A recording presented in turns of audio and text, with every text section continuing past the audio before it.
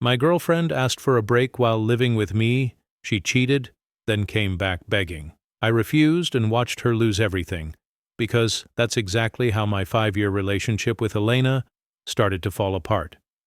It was irregular. Wednesday night, nothing special, just me, her, and some leftovers from our favorite Thai place. Then she dropped those ridiculous words, "I think we need a break." I'm not the type to panic easily. I've built my life steadily, I own my house, have a stable career in IT, and like to keep things simple. That's why her announcement threw me off for just a moment. Then it clicked. Elena wanted space. Fine, I thought, let her have it. But not under my roof. I stayed calm. I put my fork down, looked her straight in the eyes, and said, "Okay, if you need a break, take it. But this is my house, so you'll have to pack your things and figure out where you're staying." The way she blinked at me, you'd think I'd suggested she move to another planet. "Seriously?" she asked. "Yes, seriously," I replied. What did she expect? For me to stick around while she found herself? If someone's unsure about you, why should you be the one waiting for them to decide? I wasn't interested in being anyone's safety net. To her credit, she didn't argue much. Maybe she thought I'd fight for her to stay or beg for an explanation, but I wasn't about to beg anyone to be in my life, not even Elena. By the end of the night, she packed a suitcase and called her sister to come pick her up. She stood at the door for a moment, looking like she wanted to say something, but I just opened the door and held it for her. That's the thing. If someone wants to leave, you let them. You don't hold on tighter or make them feel trapped. You let them go. Once the house was quiet, I sat in the living room staring at the half-eaten pad thai on the coffee table. It didn't feel like some huge emotional scene. It was more of a shrug moment. I wasn't heartbroken or devastated. I was just annoyed. I'd built this life where Elena had every chance to be happy, and instead of talking to me about whatever was bothering her, she chose the easy way out. A break. The next day I packed up the few things she left behind. Some toiletries, a couple of her favorite hoodies she always stole from me, and her dog-eared copy of Pride and Prejudice. I put everything in a box and stuck it in the hallway closet. If she wanted her stuff back, she could ask. I wasn't going to chase her down with a care package. Life without Elena didn't change much at first. I still got up at 6 a.m., went to the gym, and spent my days working on client projects. The house was quieter, but that wasn't necessarily a bad thing. I had more time to think, more time to focus on myself. It wasn't that I didn't care about Elena. I just wasn't going to let her absence throw my whole life off balance. What did throw me off was how easily she walked away. I started replaying the past few months in my head, wondering if I missed something. Were there signs she was unhappy? Moments I should have noticed her pulling away? I didn't think so. Our relationship wasn't perfect, but it wasn't on life support either. We didn't fight much, and when we did, it was over dumb stuff, like what to order for dinner or who left the toothpaste cap off. Normal couple things. Elena never mentioned feeling stuck before. She never gave me any real warning that she was thinking about stepping back. She just decided, and that's what annoyed me the most. Relationships are supposed to be partnerships. You don't just decide alone to hit pause. You talk it out, figure it out together. But she didn't give me that chance. She made her decision and expected me to sit around twiddling my thumbs until she was ready to come back. No thanks. Over the next few days, I started hearing from friends and family who'd caught wind of what happened. My sister called first. "She left just like that?" she asked, sounding more shocked than I felt. I gave her the short version of the story, and she was quick to reassure me that I'd made the right call by not begging Elena to stay. "Don't let her walk all over you," she said. "If she doesn't know what she has, that's on her." Then there was Alex, my best friend and unofficial therapist. He swung by a couple of nights later to check on me. He wasn't one for pep talks, but he did point out the obvious. "You dodged a bullet, man. If she's this—" He paused, letting me finish the sentence. I didn't need him to say more. Now imagine how she'd act in a real crisis. That thought stuck with me. If Elena couldn't handle the everyday ups and downs of a relationship, what would happen when life got tough? What if we'd been married? What if there were kids involved? It was better to find out now before things got more complicated. By the end of the week, I felt like I'd made peace with the whole situation. If Elena wanted her break, she could have it. I wasn't going to chase her or waste time wondering what she was up to. That's the thing about people who say they need space. Half the time it's not about finding themselves. It's about seeing if the grass is greener somewhere else. And if they think they can come back to you once they're done looking, they're dead wrong. I knew I deserved better than that, and I wasn't about to settle for someone who didn't recognize my worth. So, I kept moving forward, confident I'd made the right choice. Honestly, it felt pretty damn good. It didn't take long for people to start talking. When someone moves out, especially in a close-knit neighborhood with lots of mutual friends, the whispers spread fast. I wasn't the type to go around announcing, "Hey, Elena wanted a break, so she's gone now." But apparently, she didn't have the same discretion. At first, it was just small things. A friend of mine, Jordan, texted about a week after Elena left. "Hey man, hope you're doing okay. I ran into Elena at the dock last night. She seemed different." Different what? What was that supposed to mean?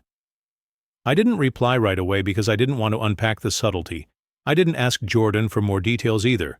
Let her be different. She wasn't my problem anymore. Then another friend, Lauren, called a couple of days later. "I wasn't sure if I should tell you this," she started, which is always a great warning when someone's about to spill something you probably don't want to hear. "I saw Elena out with some guy at the tavern last night. Looked kind of cozy." You know, cozy. That word stuck with me. Not because I cared what she was doing, I meant it when I said she could have her space, but because it confirmed something I already suspected. This break wasn't about self-discovery or whatever she claimed. It was about seeing what else was out there, and clearly she wasn't wasting any time. I thanked Lauren, told her I appreciated the heads up, and hung up. I wasn't mad. At least I didn't think I was. I wasn't jealous either. If anything, I felt a little insulted. 5 years together, and the first thing she does after leaving is hit up some bar with another guy. It wasn't even about me wanting her back. It was about basic respect. The whispers didn't stop there. Over the next week, more people started chiming in with unsolicited updates. My neighbor Janice caught me outside while I was mowing the lawn. "Hey, Noah," she said, leaning over the fence like she had juicy gossip to share. "I saw Elena out jogging with some guy yesterday morning. He's new, right? I haven't seen him around before." I just shrugged. "Probably," I said. "Doesn't really matter to me."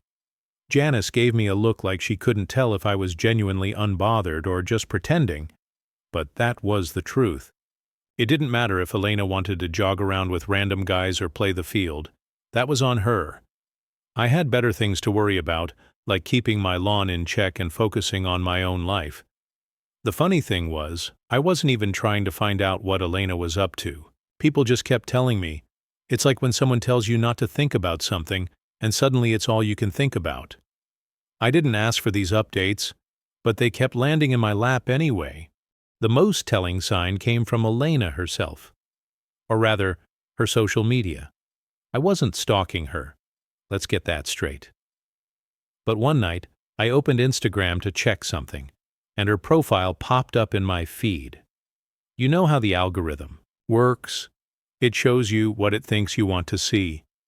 Apparently, it thought I wanted to see Elena's stories. There she was, laughing in the background of someone else's photo, sitting across from a guy I didn't recognize. He had that try-hard look, fitted shirt, perfect stubble, the kind of guy who probably spends more time taking selfies than actually enjoying life. They were at some trendy restaurant downtown, one of those places Elena always wanted us to go, but never bothered to actually plan. Seeing her there, smiling like she didn't have a care in the world, made me shake my head. It wasn't that I felt hurt. I didn't. But it was disappointing in a way that went deeper than anger or sadness, something I never expected after all these years together. I would have thought she'd take at least a little time to reflect or, I don't know, show some respect for what we had. Instead, she was out there acting like a single woman who'd never been in a relationship. It was like I didn't exist. I closed Instagram and didn't look at her profile again after that. I didn't need to. Whatever she was doing, she could keep doing it. I had no interest in being part of her audience. One thing that did bother me, though, was how she framed the situation to people. A mutual friend, Rachel, called me one evening. "So, Elena told me you two are taking a break," she said, her voice laced with skepticism, but she made it sound like it was my idea. That made me laugh. "Rachel, I don't know what she told you, but let's be clear. Elena asked for the break, not me. I just told her she couldn't stick around here while she figured it out. She needed space, so I gave it to her." Rachel sighed. "Yeah, that's not how she's spinning it. She's acting like you pushed her out or something." That didn't surprise me. Elena always had a way of twisting things to make herself look like the victim. I wasn't going to waste my energy correcting her narrative, though. If people wanted to believe her version of events, fine. The people who mattered knew the truth, and that was enough for me. The most ironic part of all this was the more I heard about Elena's escapades, the more confident I felt in my decision to let her go. She wasn't the person I thought she was. Or maybe she was, and I just hadn't been paying attention. Either way, I didn't feel like I'd lost anything. If anything, I felt like I'd dodged a long-term headache. Every time someone told me about another guy she was spotted with, I just nodded and moved on. It became a joke between me and Alex. "Man, she's going through them like a buffet," he said one night. I laughed because it wasn't far from the truth. Elena wasn't finding herself. She was just trying to fill whatever void she felt with attention from random guys. And that wasn't my problem anymore. By the end of the second week, the whispers started to die down. Maybe people got tired of keeping me updated, or maybe Elena's antics weren't as interesting anymore. Either way, I felt a sense of relief. I didn't need to hear about her life. I was too busy living mine. Here's the thing. When someone shows you who they are, believe them. Elena showed me she wasn't serious about us. She wanted to see what else was out there, and I wasn't about to stop her. But I wasn't going to wait around for her either. I had my house, my life, and my dignity. And that was worth more than any relationship with someone who didn't know what they wanted. 3 weeks after Elena left, I got a text from her out of nowhere. Just 4 words. "Can we meet up?" "No. How are you?" Just straight to the point. Honestly, I laughed when I saw it. After everything, and now she wanted to talk? I wasn't about to jump at the chance to sit down and rehash whatever nonsense was going on in her head. But I'm not one to leave things unresolved either. So, I replied, "When and where?" She suggested the park we used to go to all the time. This little spot downtown where we'd sit for hours pretending life wasn't as hectic as it really was. I agreed, mostly because I wanted to see what excuse she'd try to pull out of her hat this time. Part of me already knew this wasn't going to be an apology. It would be some half-baked attempt to justify herself. On the day of the meeting, I showed up 10 minutes early. Not because I was eager, but because I didn't want to give her the satisfaction of arriving first and feeling like she had the upper hand. I grabbed my coffee on the way and sat at a bench near the big fountain, sipping slowly as I waited. When she arrived, I noticed 2 things. First, she looked like she'd been overthinking everything. Hair tied up, no makeup, wearing that oversized sweater she always reached for when she felt guilty about something. Second, she looked smaller somehow, not physically, but in a way. That made it clear she wasn't as confident as when she walked out of my house 3 weeks ago. She spotted me, waved awkwardly, and made her way over. I didn't stand up. I just leaned back in my chair and nodded. If she wanted to talk, she could do the work. I wasn't about to make this easy for her. "Thanks for meeting me," she started, sitting down. I didn't reply. I just raised an eyebrow and waited for her to get to the point. Let her squirm a little. She deserved it. She launched into a long, rambling explanation about how she'd been feeling lost and confused. When she asked for the break, she tried to spin it like she was doing me a favor by stepping away to figure herself out. "I didn't want to drag you down while I was sorting through my feelings," she said, avoiding eye contact. That one made me chuckle. Dragging me down? I wasn't the one who needed sorting out. My life was stable. She was the one who couldn't figure out what she wanted, and somehow she'd convinced herself that leaving was a selfless act. I just needed time, she continued, to see if I could be the best version of myself for us. For a dozen reasons, like I'd been doing all this soul-searching for no lice and benefit. I almost rolled my eyes when she finally stopped talking. I said, keeping my tone neutral, "How'd that time work out for you?" That threw her off. She blinked a few times, clearly not expecting me to be so blunt. "It's been enlightening," she said hesitantly. "I realized I was taking you for granted, that I wasn't appreciating everything you bring to the relationship." I didn't say anything, just nodded for her to continue. I wasn't about to help her dig herself out of this hole. And, she added, her voice getting quieter, "I made some mistakes during the break." Mistakes. That was the word she chose, not choices or decisions. Like everything that happened was some kind of accident.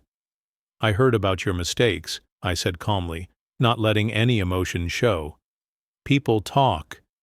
Elena's face turned red and she started stammering. "I didn't mean for it to happen like that. I thought I needed to see if I was missing something." I shook my head. "You weren't missing anything. You had everything you needed, and you threw it away to see if you could find someone better. That's on you." She looked like she wanted to cry, but I didn't care. I wasn't going to comfort her. She was the one who chose to walk out, and now she had to deal with the consequences. "I realize now how much I care about you," she said, her voice shaky. "I want us to work things out. I want to come home." There it was, the big reveal. She wanted to come back, but not because she'd suddenly realized my worth. Because the fantasy she'd been chasing didn't live up to her expectations. Maybe the guys she'd been seeing didn't treat her like I did. Maybe they weren't as patient or as stable. Whatever the reason, it didn't matter. She wasn't asking to come back because she loved me. She was asking because I was her safe bet. "No," I said simply, leaning back in my chair. She blinked, clearly not expecting that response. "No, that's right," I said. "You wanted a break, and you got it. But you don't get to walk back into my life just because things didn't go the way you thought they would." She tried to argue, to plead her case, but I wasn't interested. I stood up. "Take care of yourself, Elena," I said before leaving. I didn't look back. I didn't wait to see if she'd follow me or call after me. As far as I was concerned, that chapter was closed. She'd made her choices, and now she had to live with them. If there's one thing I've learned from this, it's that you can't let someone treat you like an option. If they don't know your worth, you don't need to stick around waiting for them to figure it out. You move on and you don't look back. And that's exactly what I plan to do. After that park meeting with Elena, I felt like a weight had been lifted. It wasn't just about turning her down or walking away. It was about reclaiming my own sense of worth. I hadn't realized how much I'd been carrying since she first said she needed a break. But now, I was done. No second guessing, no lingering doubts. The first thing I did when I got home was clear out the hallway closet. The box of her stuff. It all went into the trunk of my car. I drove straight to her sister's place and left it on the porch without a word. No text, no note. She could deal with it on her own time. I wasn't about to have her lingering in my space any longer than necessary. Over the next few days, I started settling into a new rhythm. My house felt different without Elena's presence, but not in a bad way. It was quieter, sure, but also more peaceful.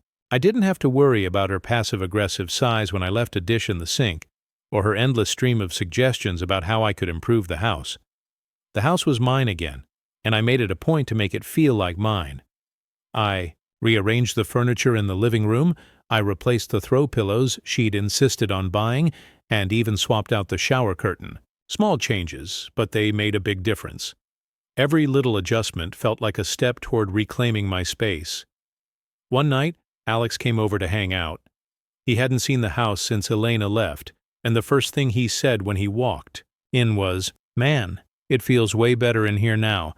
Like, I don't know, lighter." I laughed. "Yeah, it's amazing what happens when you take out the source of negativity." He smirked. "Dude, you're thriving, and I'm here for it. What's the plan now? Bachelor pad vibes?" I shook my head. "Nah, I'm not turning this into some party house.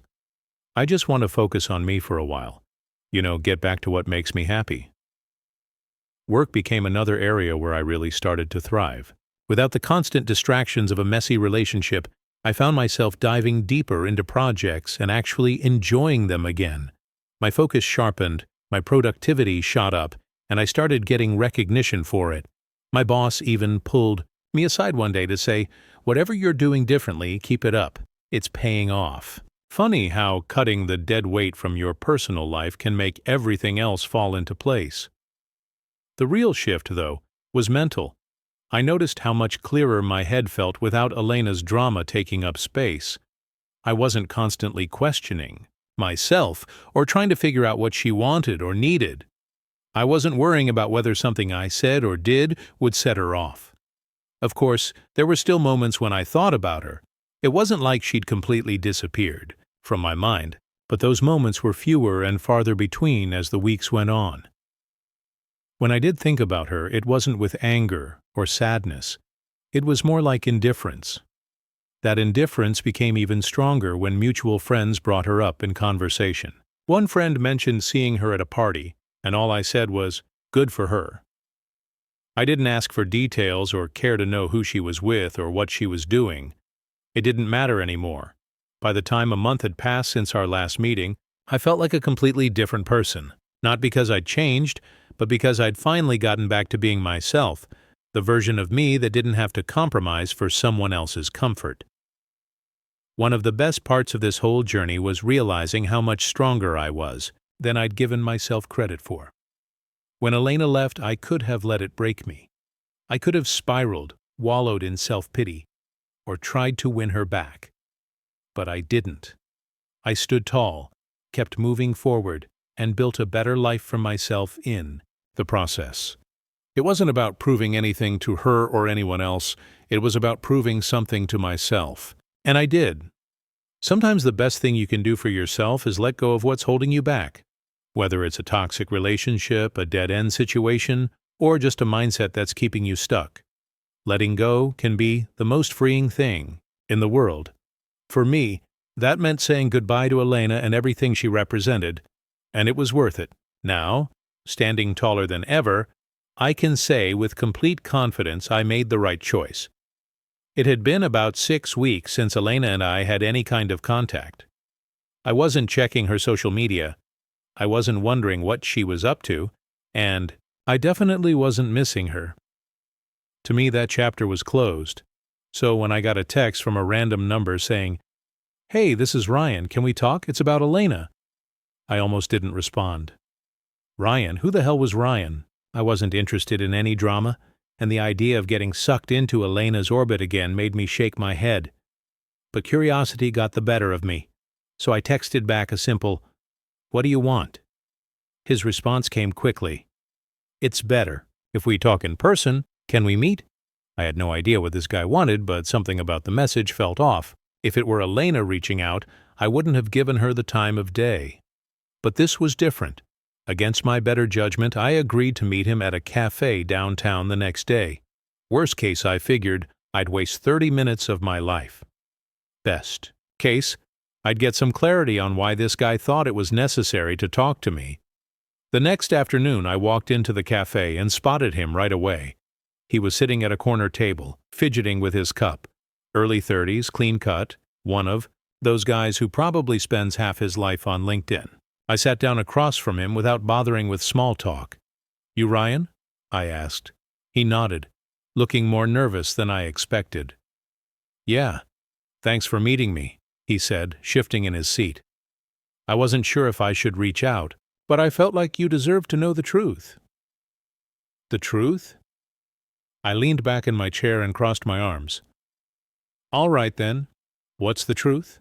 Ryan took a deep breath, like he was gearing up to confess something big. So I've been seeing Elena, he started, his eyes glued to the table. Or I was anyway. I raised an eyebrow but didn't say anything. No surprise there. I already knew Elena had been jumping from guy to guy since she left. The difference was I hadn't cared enough to put faces or names to any of them.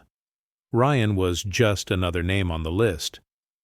He must have noticed my lack of reaction because he kept talking, words tumbling out faster now. The thing is, when we started seeing each other, she told me you two were done. Like, completely done. She said the break was just a formality and that you were emotionally checked out. I almost laughed at that. Emotionally checked out, I repeated, shaking my head.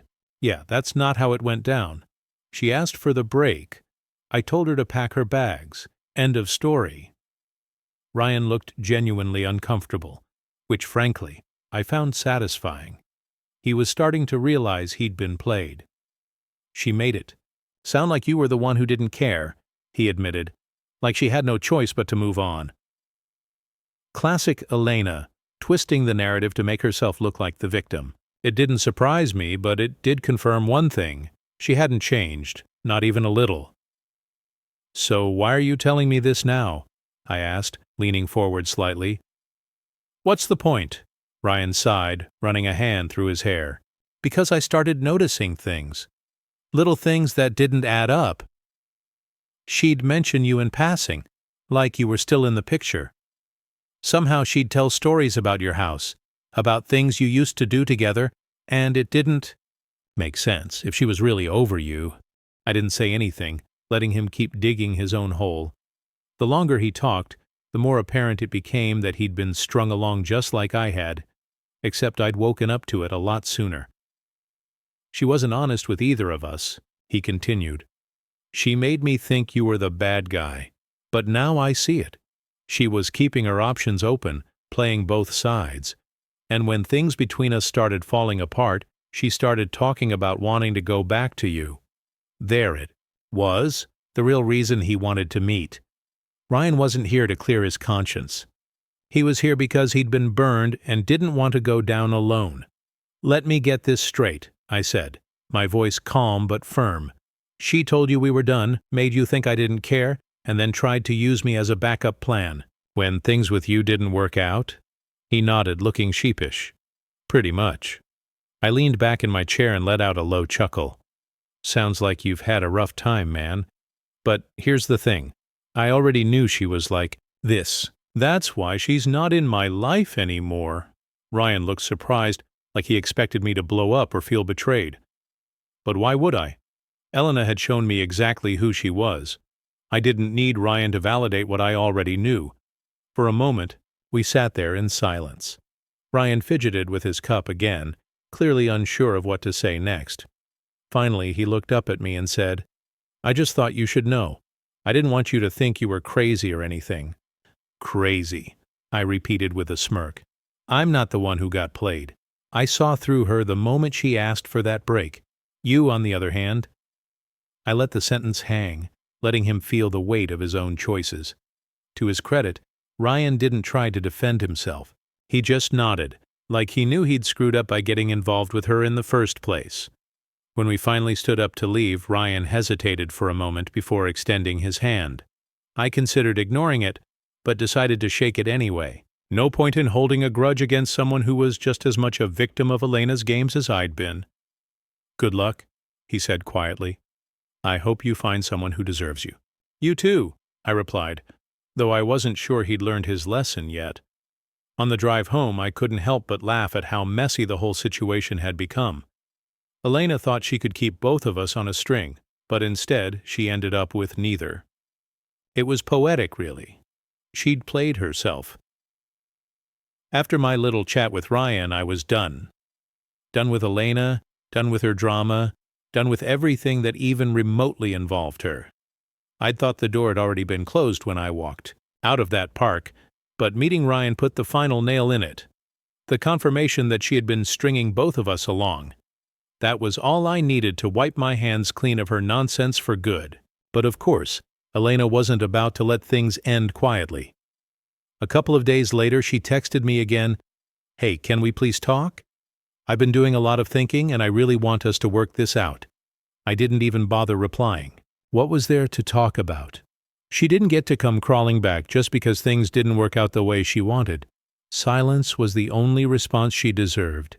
Ignoring her didn't stop her from trying, though. Over the next week, she sent more texts, some apologies full of self-pity and regret. "I know I messed up. I wish I could take it all back." Others were attempts to guilt me into responding. "I just need closure. Don't I deserve that?" No, she didn't. Closure wasn't something I owed her. Then came the calls. I'd see her name pop up on my phone screen, and every time I'd hit decline without a second thought. It was almost laughable how desperate she was getting. She'd burned every bridge between us, and now she was scrambling to rebuild them, with empty words. I wasn't buying it. One night, she showed up at my house. I was in the middle of a woodworking project in the garage when I heard a knock at the door. At first, I thought it was Alex dropping by unannounced like he sometimes did, but when I opened the door and saw Elena standing there, I sighed. She looked different, not in the "I've been working on myself" kind of way, but in the "I'm not handling this well" kind of way. Her hair was messy, her eyes were red, and she had this pitiful look on her face that might have worked on someone else, but not me. "What do you want, Elena?" I asked, leaning against the door frame. She hesitated, probably trying to come up with the perfect thing to say, but all that came out was, "I miss you." I almost laughed. Miss me? The guy she thought she could keep on standby while she tested out her little flings? Yeah, no thanks. "I don't know what you want me to say," I told her. "You made your choice, and I made mine." "I made a mistake," she said quickly, her voice trembling. "I thought I needed something different, but I didn't. I had everything I needed with you, and I was too blind to see it." I crossed my arms and gave her a long, hard look. "You think you can just show up here, say a few nice words, and I'll forget everything you did? That's not how it works, Elena." She started to cry, tears streaming down her face as she tried to plead her case. "I didn't know what I was doing. I was confused, and I got caught up in my own head. I'm sorry, Noah. I really am. Can't we just start over?" Her tears didn't move me. They might have worked on Ryan or whatever other guy she'd been messing with, but I wasn't about to fall for it. Starting over wasn't an option. "I'm not interested," I said firmly. "You wanted space, you got it. You wanted to explore other options, you did. Now you're dealing with the consequences of your actions. That's not my problem."